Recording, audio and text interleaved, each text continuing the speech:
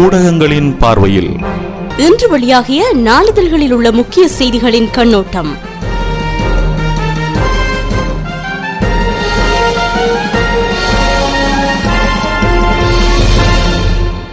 நேற்றும் இன்றும் உழவர் திருநாளை கொண்டாடி கொண்டிருக்கும் அனைத்து உள்ளங்களுக்கும் இனிய தை திருநாள் நல்வாழ்த்துக்களை தெரிவித்துக் கொண்டு இன்றைய நிகழ்ச்சியை ஆரம்பிக்கிறோம். இன்றைய தினம் நாம் முதலாவதாக தென்னிலங்கையிலிருந்து வெளிவரும் தமிழ் நாளிதழான வீரகேசரி நாளிதழை பார்க்கலாம். இன்றைய வீரகேசரி நாளிதழின் பிரதான தலைப்புச் செய்தி, பேச்சிலிருந்து நழுவி செல்வதற்கே தமிழ் தேசிய கூட்டமைப்பு முயற்சி, அரசாங்கம் குற்றச்சாட்டு, வெளிநாடுகளில் இருந்து வரும் கட்டளை கேட்ப செயற்பாடா என்றும் சந்தேகம் என்ற தலைப்புடன் அந்த நாளிதழ் இன்றைய தினம் வெளிவந்துள்ளது.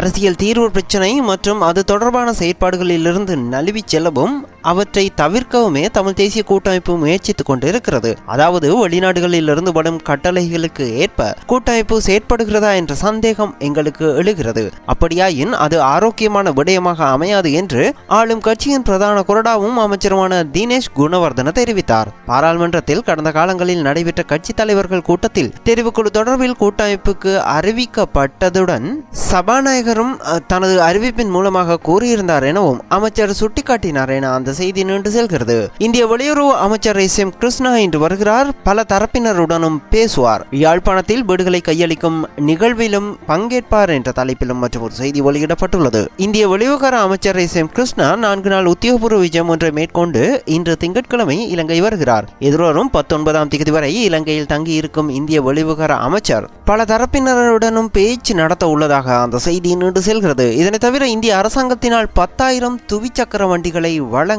ஏற்பாடு, பயனாளிகள் தேர்வில் முறைகேடு என முறைப்பாடு என்ற தலைப்பில் மற்றும் ஒரு செய்தி வெளிவந்துள்ளது. யுத்தத்தால் பாதிக்கப்பட்ட மக்களுக்கு 10,000 துவிச்சக்கர வண்டிகளை வழங்குவதற்கு இந்தியா முன்வந்துள்ளது. இதன் முதற்கட்டமாக 250 சைக்கிள்கள் எதிர்வரும் 18ஆம் தேதி கிளிநொச்சியில் வைத்து வழங்கப்பட உள்ளது. இலங்கை வரும் இந்திய வெளியுறவு அமைச்சர் SM கிருஷ்ணா கலந்து கொள்ளும் நிகழ்விலேயே இந்த சைக்கிள்கள் கையடிக்கப்பட உள்ளதாக தெரிய வருகிறது. 10,000 சைக்கிள்களை பெற உள்ளவர்களது பட்டியல் உரிய வகையில் தயாரிக்கப்படவில்லை என்றும் முறைப்பாடு கிடைத்துள்ளதாக அந்த செய்தி நீண்டு செல்கிறது. இதனை தவிர நல்லிணக்க ஆணைக்குழுவின் அறிக்கையானது பொறுப்பு கூறலை கவனத்திற்கொள்ளவில்லை, குற்றம் இழைத்தோரை பாதுகாக்கவும் முயற்சி என்கிறது தமிழ் கூட்டமைப்பு என்ற தலைப்பிலும் வீரகேசரி அதன் முன்பக்கத்தில் ஒரு செய்தியை வெளியிட்டுள்ளது. கற்றுக்கொண்ட பாடங்கள் மற்றும் நல்லிணக்க ஆணைக்குழுவின் இறுதி அறிக்கையானது பொறுப்பு கூறல் தொடர்பான முக்கிய விடயங்களை கவனத்திற்கொள்ளவில்லை. அது மாத்திரமன்றி போர் குற்றங்கள் உள்ளடங்கலாக சர்வதேச மனிதநேய குற்றச்சாட்டுகளை புறக்கணித்துள்ளதுடன் அதனுடன் சம்பந்தப்பட்ட தரப்பினரை பாதுகாக்கவும் முயற்சிக்கின்றது என தமிழ் தேசிய கூட்டமைப்பு குற்றம் சுமத்தியுள்ளது.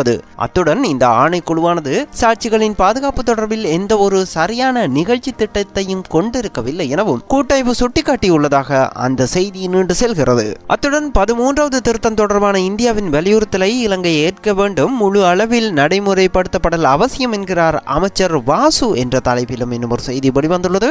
இலங்கையின் அரசியல் தீர்விற்கு 13வது திருத்த சட்டத்தை முழு அளவில் நடைமுறைப்படுத்த வேண்டியது அரசாங்கத்தின் பொறுப்பாகும். கேட்போர் பேச்சை கேட்டு இந்தியாவுடனோ அல்லது இலங்கை வந்துள்ள SM கிருஷ்ணாவுடனோ முரண்படுவது அர்த்தமற்ற செயலாகும் என அமைச்சர் வாசுதேவ நாணயக்கார தெரிவித்தார். தனி பௌத்த கொள்கைகள் நாட்டின் பிரச்சனைகளை தீர்த்து வைக்கப் போவதில்லை. எனவே ஜாதிக ஹெலோரமையா போன்றவர்களின் அரசியல் தீர்வுக்கான எதிர்ப்புகளானது வெறும் அரசியல் நோக்கங்களையே கொண்டுள்ளது எனவும் அமைச்சர் வாசுதேவ நாணயக்கார தெரிவித்ததாக அந்த செய்தி நீண்டு செல்கிறது.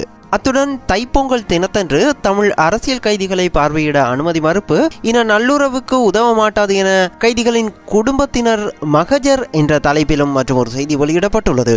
சிறைச்சாலைகளில் உள்ள தமிழ் அரசியல் கைதிகளை தை திருநாளாகிய தைப்பொங்கல் தினத்தன்று பார்வையிடுவதற்கு அவர்களது உறவினர்களுக்கு சிறைச்சாலை அதிகாரிகள் மறுப்பு தெரிவித்திருப்பதானது தமக்கு பெரும் துயரத்தையும் மனக்கவலையையும் ஏற்படுத்தி இருப்பதாக தமிழ் அரசியல் கைதிகளின் பெற்றோர்கள் மற்றும் உறவினர்கள் புனர்வாழ்வு மற்றும் சிறைச்சாலைகள் மறுசீரமைப்பு அமைச்சருக்கு எழுதியுள்ள மகஜரில் தெரிவித்துள்ளனர். அத்துடன் பௌர்ணமி தினம் உட்பட பௌத்தர்களின் விசேட தினங்களில் சிங்கள கைதிகளை பார்வையிடுவதற்கு விசேட ஏற்பாடுகளை செய்யும் சிறைச்சாலை அதிகாரிகள் தைப்பொங்கல் தினத்தில் இவ்வாறு நடந்து கொண்டிருப்பது எந்த வகையிலும் நாட்டில் இனங்களுக்கிடையில் நல்லுறவையும் நல்லிணக்கத்தையும் ஏற்படுத்துவதற்கு உதவ மாட்டாது என்றும் அந்த மகஜரில் அவர்கள் சுட்டிக்காட்டியுள்ளதாக அந்த செய்தியை நின்று செல்கிறது. இதனை தவிர உத்தியோகபூர்வ விஜயம் ஒன்றை மேற்கொண்டு நேற்றைய தினம் இலங்கைக்கு வருகை தந்த கட்டார் மன்னர் ஷேக் அகமது பின் கலீஃபா அல் தானியை கட்டுநாயக்க சர்வதேச விமான நிலையத்தில் வைத்து ஜனாதிபதி மஹிந்த ராஜபக்ச வரவேற்ற போது எடுக்கப்பட்ட புகைப்படத்தையும் இன்றைய பிரதான புகைப்படமாக வீரகேசரி அதன் முன்பக்கத்தில் வெளியிட்டுள்ளது.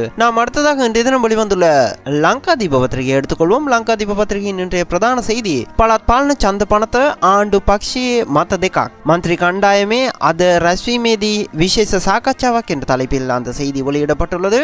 உள்ளூராட்சி மன்ற திருத்த சட்டம் மூலம் ஆளும் தரப்பிற்குள் 2 கருத்துக்கள் நாடாளுமன்ற உறுப்பினர்கள் கூட்டத்தில் இன்றைய தினம் விசேடமாக இது குறித்து ஆராயப்பட உள்ளதாக அந்த பிரதான செய்தியை இன்றைய தினம் லங்கா தீப வெளியிட்டுள்ளது.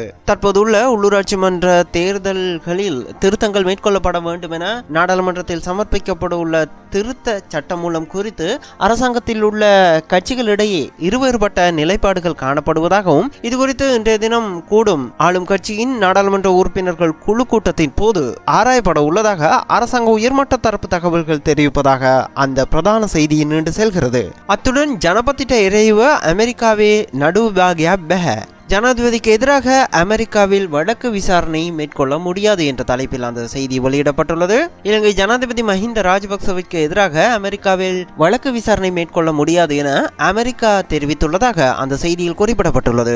இலங்கை ஜனாதிபதி மஹிந்த ராஜபக்சவிற்கு எதிராக அமெரிக்க நீதிமன்றம் ஒன்றில் போர்க்குற்றம் சுமத்தப்பட்டு ஒரு வழக்கு தாக்கல் செய்யப்பட்டிருந்தது. அந்த வழக்கு விசாரணைகளை மேற்கொள்வதற்கு இடமில்லை எனவும் அரசு தலைவர்களின் சிறப்புரிமைக்கு அமைய இந்த தீர்மானத்தை தாம் எடுத்து இருப்பதாக அமெரிக்கா தெரிவித்துள்ளதாக அந்த செய்தி நீண்டு செல்கிறது. நாம் அடுத்ததாக இன்றைய தினம் வெளிவந்துள்ள திவேன பத்திரிகை எடுத்துக்கொள்வோம். திவேன பத்திரிகையின் இன்றைய பிரதான செய்தியாக கதாநாயக்க இவத்வீமட்ட இல்லி மக்களே நக அமதி மண்டலே வெனசக் நக ஜனபதி திவைனட்ட கியா என்ற தலைப்பில் இன்றைய பிரதான செய்தியை அந்த பத்திரிகை வெளியிட்டுள்ளது.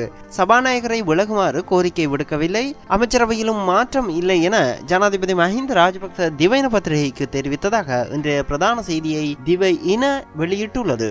அமைச்சரவையில் தற்போதைக்கு மாற்றம் எதனையும் செய்ய போவதில்லை என ஜனாதிபதி மஹிந்த ராஜபக்ச கூறியுள்ளார். அத்துடன் சபாநாயகரை விலகுமாறு தான் கோரிக்கை விடுக்கவில்லை எனவும் இவ்வாறு ஊடகங்களில் கடந்த காலங்களில் பல செய்திகள் வெளியானதாகவும் இந்த செய்திகள் உண்மைக்கு புறம்பானவை எனவும் ஜனாதிபதி மஹிந்த ராஜபக்ச தெரிவித்ததாக அந்த செய்தி நீண்டு செல்கிறது.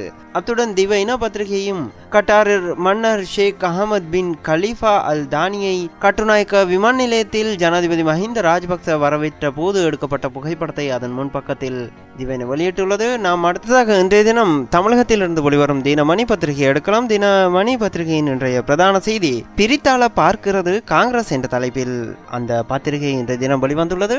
உத்தரப்பிரதேச மாநில சட்டப்பேரவை பொது தேர்தலில் கணிசமான தொகுதிகளை கைப்பற்ற வேண்டும் என்பதற்காக மக்களை மத அடிப்படையில் பிரிக்க பார்க்கிறது காங்கிரஸ் என்று மாநிலங்கள் அவையின் எதிர்க்கட்சி தலைவர் அருண் ஜெட்லி சாடியுள்ளார். இதர பிற்படுத்தப்பட்ட வகுப்பினருக்கு ஒதுக்கப்பட்டுள்ள 27% இடங்களில் முஸ்லிம்களுக்காக 9% ஒதுக்கப்படும் என்று காங்கிரஸ் பிரசாரம் செய்து வருவதை அவர் கடுமையாக குறை கூறியுள்ளதாக இன்றைய பிரதான செய்தி நீண்டு செல்கிறது. அதனை தவிர தினமணி பத்திரிகையின் முன்பக்கத்தில் சென்னை அண்ணா நகரில் உள்ள வள்ளியம்மாள் கல்லூரியில் பொங்கல் விழாவை மாணவிகள் கொண்டாடிய போது எடுக்கப்பட்ட புகைப்படத்தையும் இன்றைய பிரதான புகைப்படமாக தினமணி அதன் முன்பக்கத்தில் வெளியிட்டுள்ளது. நேற்றைய தினம் பொங்கல் தைத்திருநாள் என்பதால் இன்றைய தினம் சில நாளிதழ்கள் எமது கைகளுக்கு கிடைக்கவில்லை. எனவே நாம் இன்றைய நிகழ்ச்சியை இத்துடன் நிறைவு செய்து கொண்டு மீண்டும் இதே நிகழ்ச்சியில் நாளை உங்களை சந்திக்கும் வரை உங்களிடமிருந்து விடைபெறும் நான் VAK. வணக்கம் நேயர்களே.